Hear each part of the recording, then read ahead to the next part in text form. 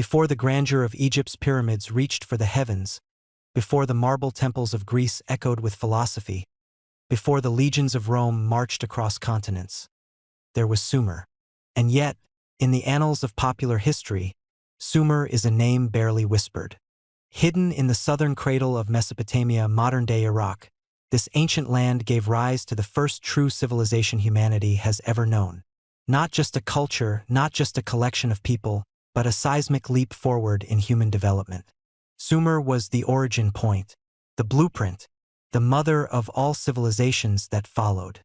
By as early as 3100 BCE, when most of the world still wandered in nomadic tribes, the Sumerians had already constructed advanced city-states like Uruk, Eridu, Uar, Nippur, and Lagash.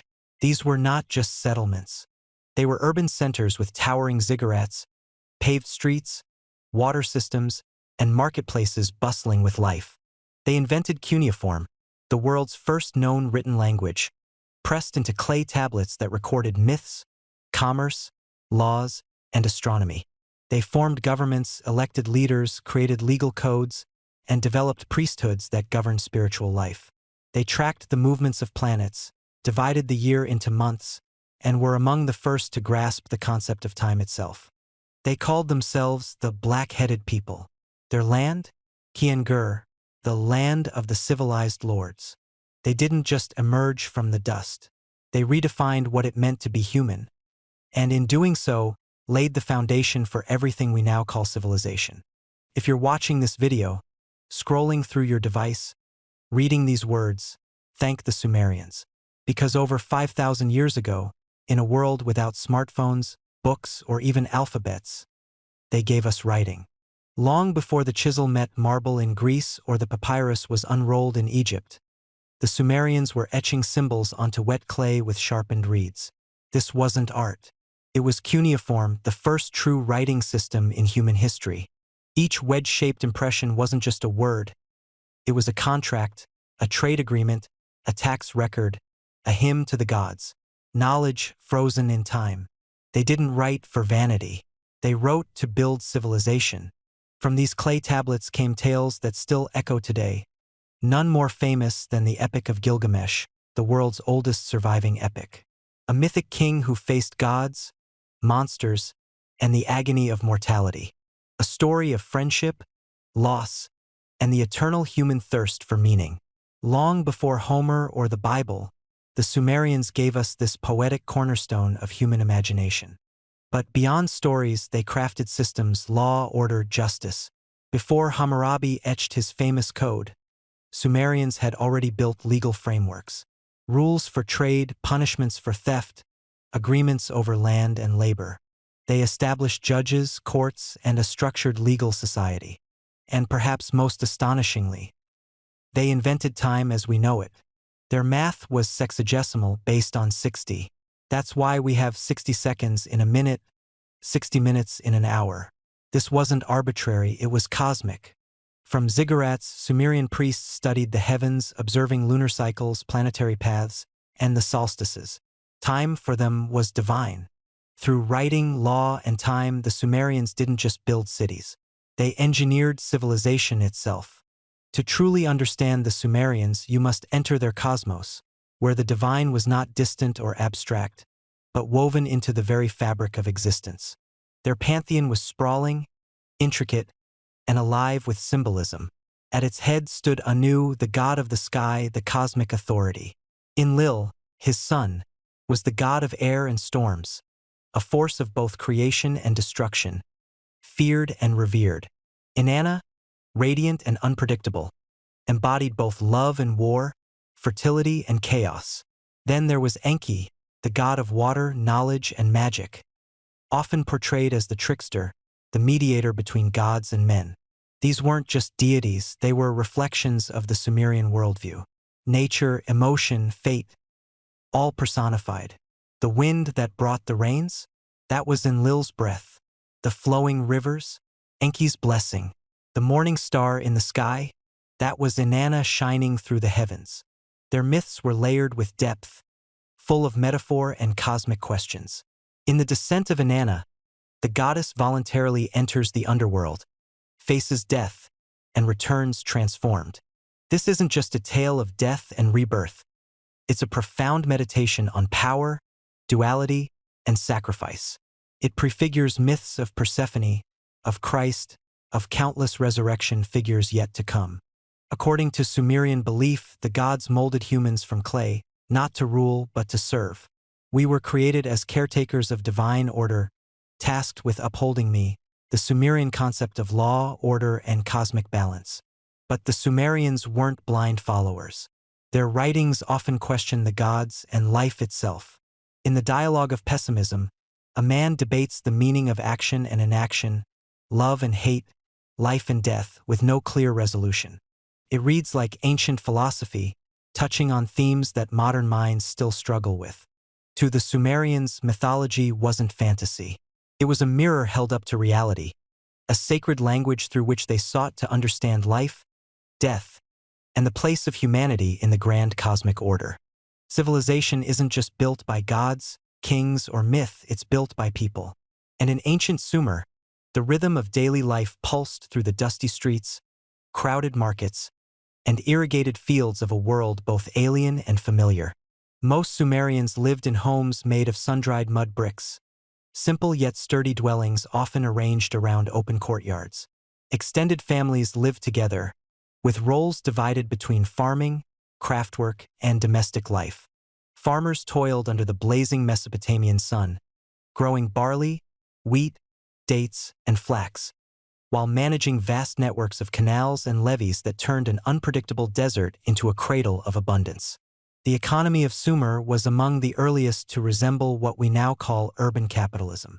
Markets buzzed with activity, where merchants bartered for copper from Oman, timber from the Levant, lapis lazuli from Afghanistan, and shell goods from the distant Indus Valley. Artisans shaped clay into pottery, spun wool into textiles, hammered bronze into tools.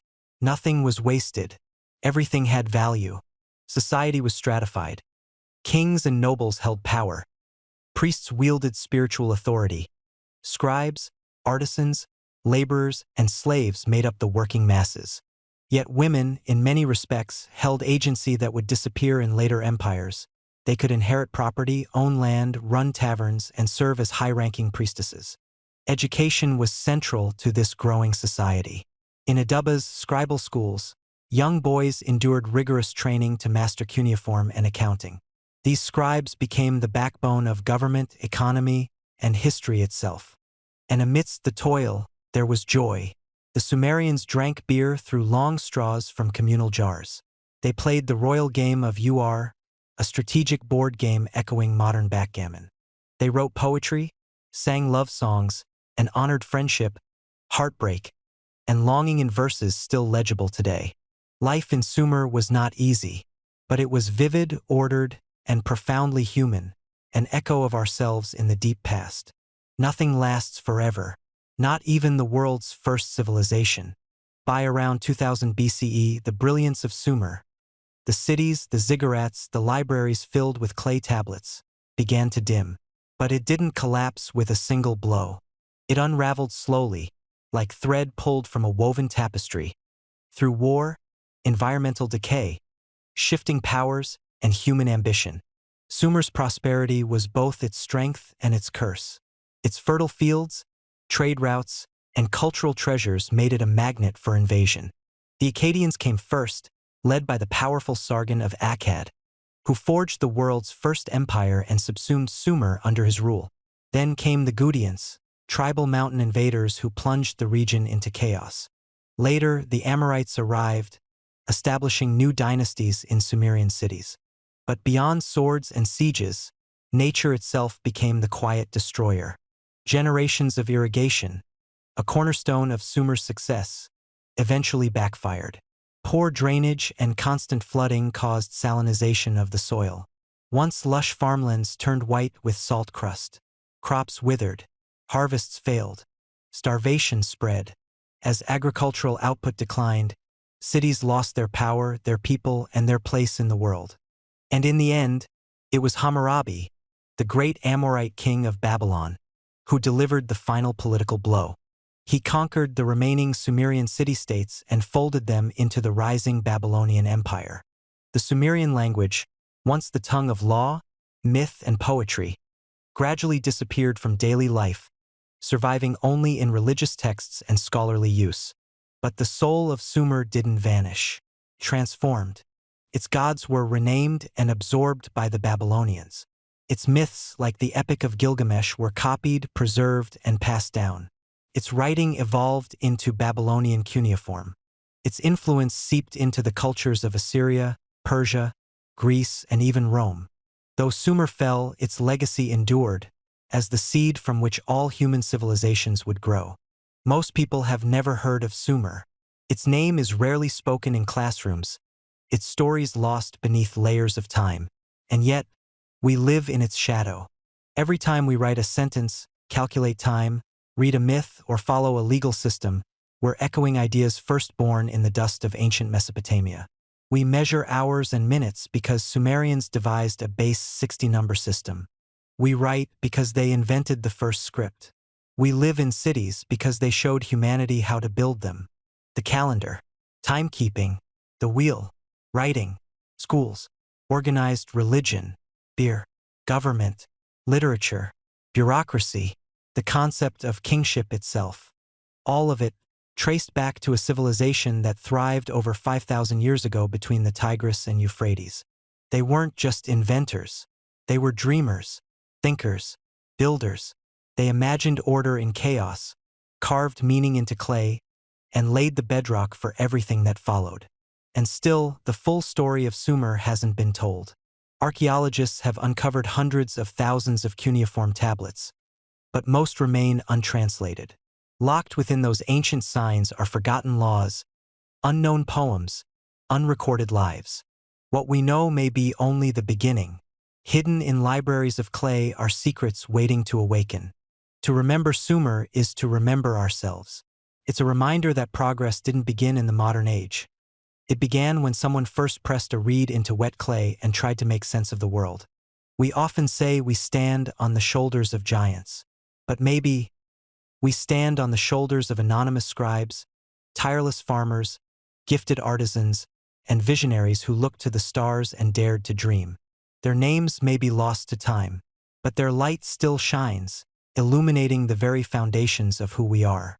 Sumer may be forgotten by name, but it lives on in everything we are. If this story opened your eyes to a lost world of firsts, help us keep the flame alive. Like this video, share it with a seeker of ancient wisdom. And if you believe history is more than names and dates, if you believe it's memory, meaning, and mystery, subscribe. Join us at Empire Mindset, where the past isn't dead. It's alive, waiting to be rediscovered.